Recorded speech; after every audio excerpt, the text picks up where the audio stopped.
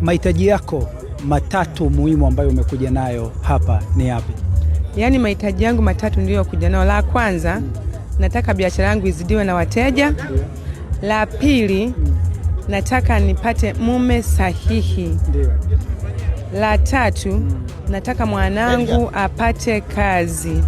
Kwa hiyo la kwanza ni biashara yako iweze kupata uteja sana. La pili umekuja kwa Mamposa ili uhakikishe kwamba mwaka huu na mwaka ujao umepata ndoa sahihi. Ndoa sahihi, maana Mtume anasema amini tu hata miaka 90 utapata mume. Na kwa Mungu hamna mzee. Na mimi wapo wenye umri wangu. Mungu amekujalia watoto? Mungu amenijalia watoto wawili, lakini baba tofauti. Nikaona kwamba hii sio halali, nikaachana nayo kwanza.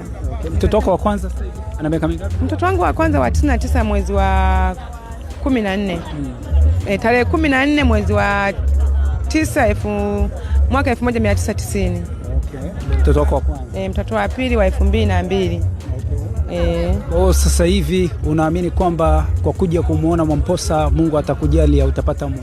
Mungu atanijalia kama ninavyofuatilia makongamano, nafuatilia operation Komboa Familia, naona shuhuda, ninaamini kabisa nitatendewa. Naona tayari una maji. Nina maji mpaka na mafuta. Labda kuna maombi yako kwa Mungu yana aina ya mwanaume ambaye unamtaka? Mimi nataka tu mume yoyote yule awe sahihi na awe na pesa, sitaki maskini. Sitaki mume maskini, unataka maskini. Hata Mtume anakataa usitake mwanaume maskini.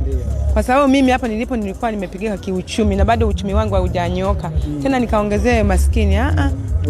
Sitaki kabisa maskini.